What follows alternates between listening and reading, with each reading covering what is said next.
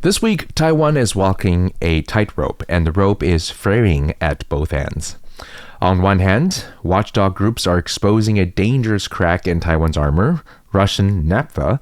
Billions of dollars worth has flowed into Taiwan, refined into chemicals that end up in semiconductors and printed circuit boards shipped worldwide.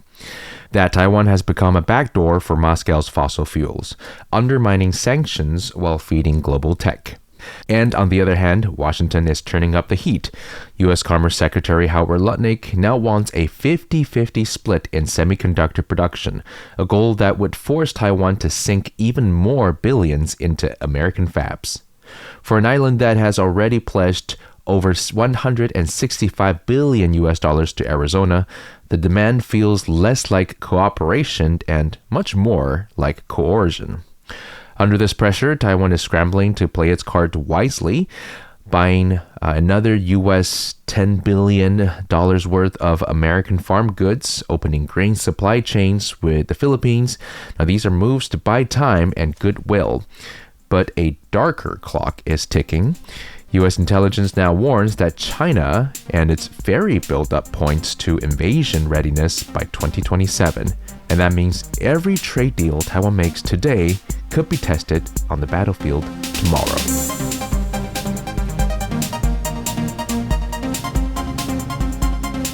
Hi, I'm Joey Chow. You're listening to Beyond the Reefs, a show produced by Radio Taiwan International.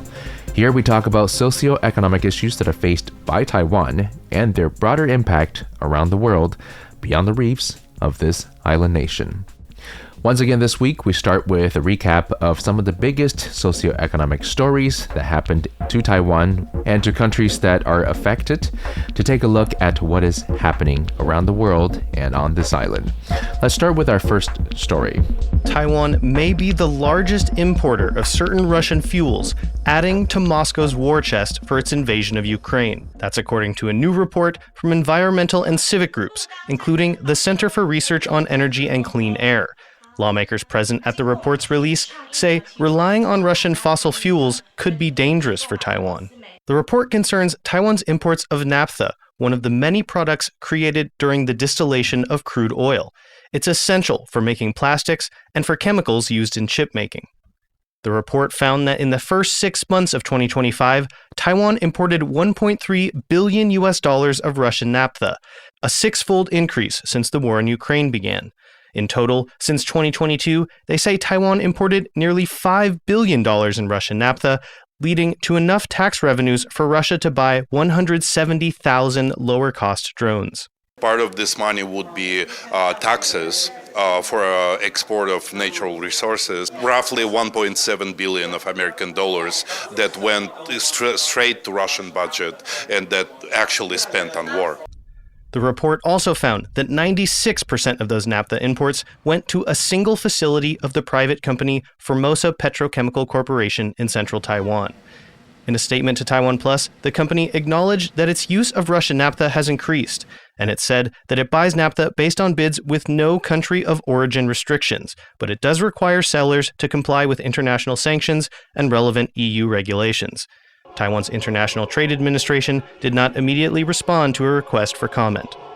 Taiwan has backed Ukraine with aid and diplomacy since Russia's invasion. It has tightened export controls on Russia, and the state power utility says it ended Russian coal purchases in 2022. Yet Taiwan still depends on imported fossil fuels.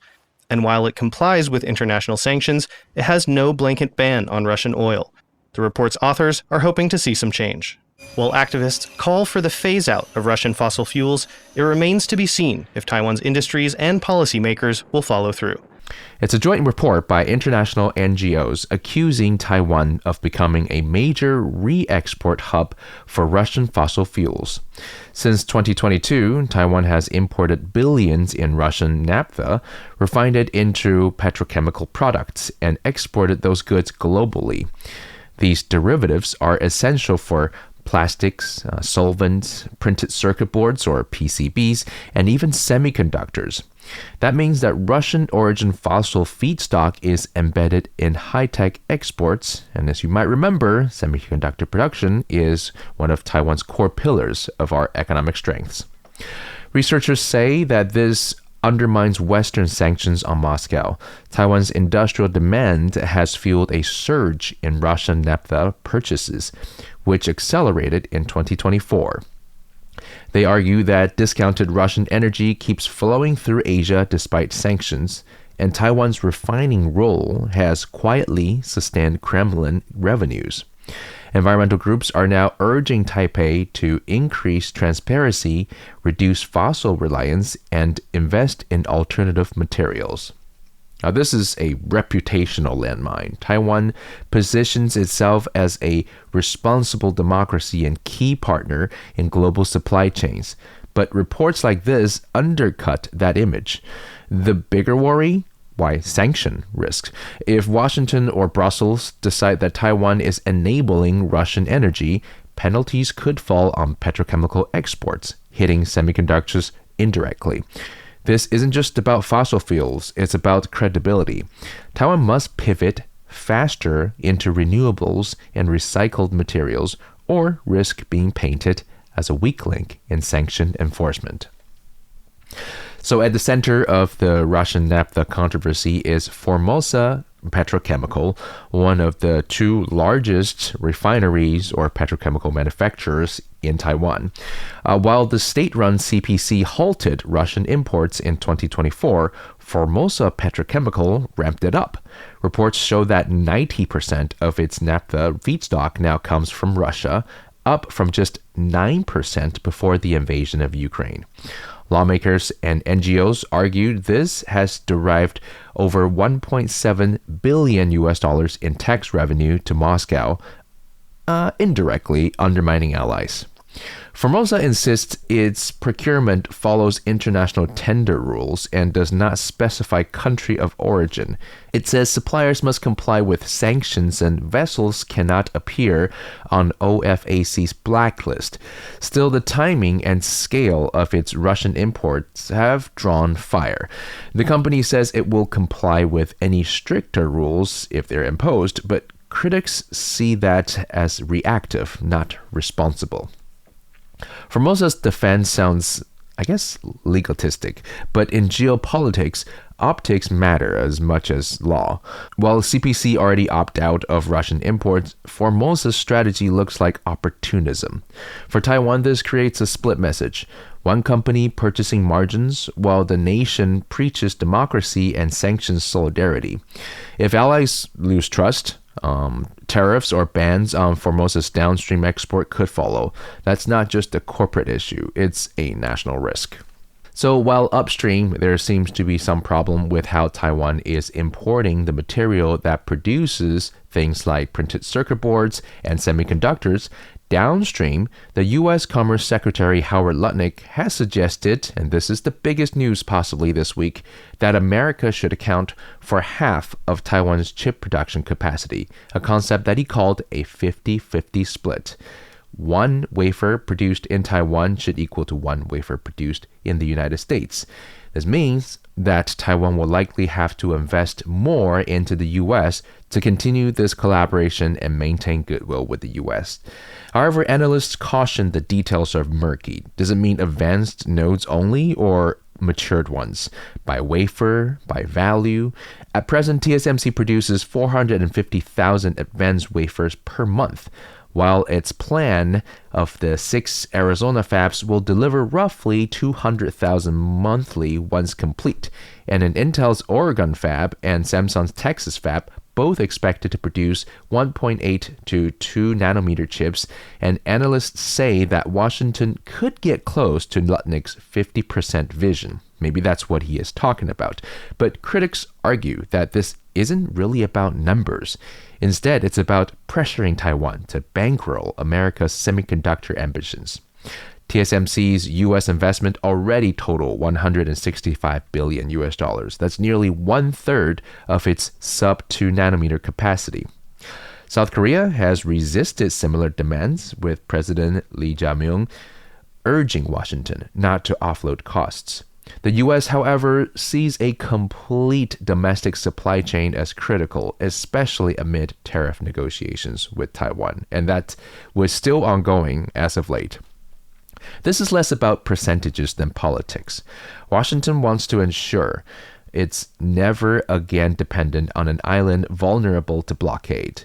But here's the catch. Fabs in Arizona are 40% more expensive to operate than in Taiwan.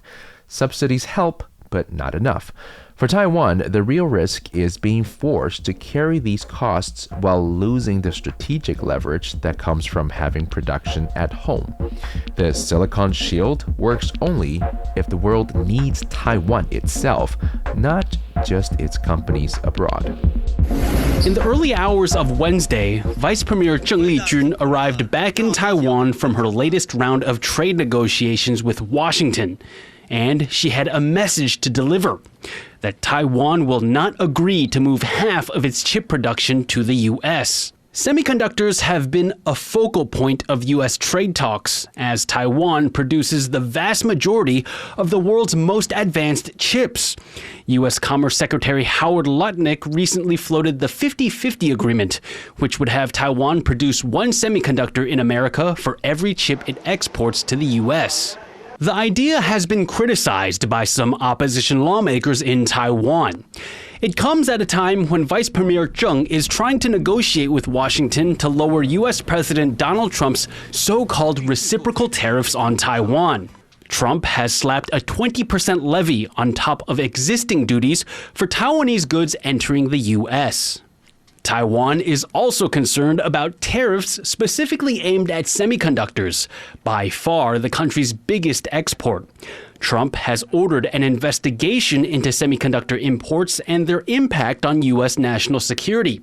After that's done, he may impose a so-called Section 232 tariff on them.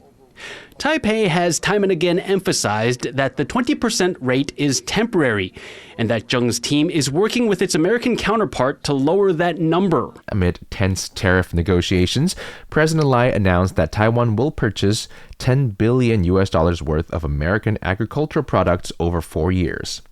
The package covers soybeans, wheat, corn, and beef, with Taipei emphasizing both food security and trade diplomacy.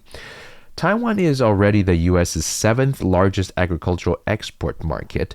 The deal was unveiled during a meeting with U.S. Undersecretary Luke Lindbergh, who led a 25-member delegation. In return, Washington expanded access for Taiwan's pineapples. Both sides praised the move as deepening supply chain resilience and food security. This is classic checkbook diplomacy. But in trade form, Taiwan buys U.S. crops not only to feed its livestock industry, but also to buy goodwill with Trump's trade team. For Lai, it's smart politics, secure food supplies, smooth tariff talks, and demonstrate loyalty to Washington. But the costs are real. Taiwanese taxpayers and consumers ultimately foot the bill to expensive imports. The gamble is that the goodwill earned will offset tariff pain elsewhere. And given Howard Lutnick's talk of recent 50-50 chip split ambition, it seems like this kind of diplomatic goodwill is much needed these days for Taiwan. And so the situation is clear. Taiwan cannot only depend on the US, which is why this next story will bring to us possible alternative solutions. Taiwan signed fresh MOUs with the Philippines to expand supply chain connectivity and green manufacturing. The Taiwan Electrical and Electronic Manufacturers Association partnered with the Philippines SEIPI to push sustainable electronics, IIoT, Internet of Things, and digital transformation. 20 firms joined matchmaking sessions on system integration and electronic components. An official said the agreement signals a shift. Taiwan is not just looking west to the U.S., but also south to Southeast Asia. Manila, for example, with its growing electronics sector and proximity to shipping routes, and is becoming a complementary partner. This is a hedging strategy for Taiwan. By deepening ties with Manila, Taiwan reduces overexposure to the U.S. and China. It also plugs into ASEAN's growing consumer and tech base. But capacity in the Philippines is still small compared to Taiwan. The real value is political, showing Taiwan has friends beyond Washington and that it can embed itself into a regional supply chain that China cannot fully control. Now, speaking of China, here is our final story and a final monkey wrench into our talk today. Classified U.S. intelligence report warns that China is rapidly building and modifying commercial ferries for potential military use in a Taiwan invasion. The Five Eyes Alliance, tracking 30 ferries in PLA drills as early as 2022. By 2026, Beijing may field more than 70 large ferries with new landing barges designed to connect as floating piers, nearly 820 meters long. And what can you put on a pier that is 820 meters long? Anywhere from infantry to possible tanks. Analysts say this would allow faster troops and equipment landing if China secures sea control. Experts call them, quote, ports that sail, though they remain vulnerable unless the PLA dominates the sea. Still, the build-up aligns with Xi Jinping's State of 2027 deadline for invasion readiness. This is the shadow over every trade story we've covered. Taiwan can negotiate chips, energy, and farmed goods all at once, but the PLA's clock is ticking. Every year closer to 2027 raises pressure on Taiwan to strengthen alliance and build deterrence. That's why trade deals with Washington and Manila, or even farm imports, aren't just economics. They're survival strategies under a looming military deadline. The message is clear. Taiwan isn't negotiating from a place of comfort, but under the shadow of a countdown. Now, even though Taiwan might be actually looking down the barrel of a ticking clock from the PLA and Chinese ambitions, there are real pragmatic, step-by-step approach to better Taiwan's position in the future.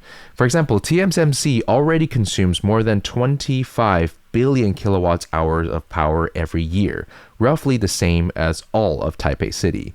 And its total energy use could climb to a quarter of Taiwan's national electricity demand by 2030. That's before the next wave of AI chips comes online. Even with energy-saving measures expected to trim approximately 190 million kilowatts by 2030, that's a fraction of what new fabs will add. And water, each leading-edge plant gulps 20,000 tons a day, more during testing, and entire industrial parks in southern Taiwan can exceed 99,000 tons daily. The math doesn't lie. There is a physical ceiling on how much more silicon the island can produce without crashing into power and water limits. And the country has recently held a referendum where a majority of the citizens on the island believe that maybe we should reopen the conversation about nuclear power plants. However, the number of votes didn't hit a certain threshold for that to be put into action. So that's why the US 50-50 chip split, or these sort of proposals, which included $6.6 billion US in subsidies from the US, $5 billion in loans, and a 25% investment tax credit, it isn't just pressure, it's possible relief dressed as partnership. For Washington, onshoring fabs is about security. But for Taipei, it's an escape valve that keeps TSMC expanding beyond its limitations of electricity and water on the island without overwhelming local infrastructure. The cost is strategic leverage. Every wafer made in Arizona strengthens supply chain resilience, but slightly erodes Taiwan's silicon shield. Taiwan is standing on a razor-thin edge with how to balance its domestic and international semiconductor production while facing real limitations of how much the island can actually produce to feed the never-ending demand from around the world. Yet, all of this unfolds under the shadow of Beijing's 2027 invasion readiness deadline. China's ferry buildup, 70 vessels by 2026, is not just symbolic, it's a countdown. And maybe it isn't easy for the government to juggle all of these things at the same time. And there you go, another episode of Beyond the Reefs. Hopefully we helped you extrapolate a bit further from just the headlines and the news that are in them. And next week we'll do the same. I'm Joey Chow. For more on Taiwan's socio-economic crossroads and the choices shaping its future, we'll go Beyond the Reefs again next week, right here with Radio Taiwan International.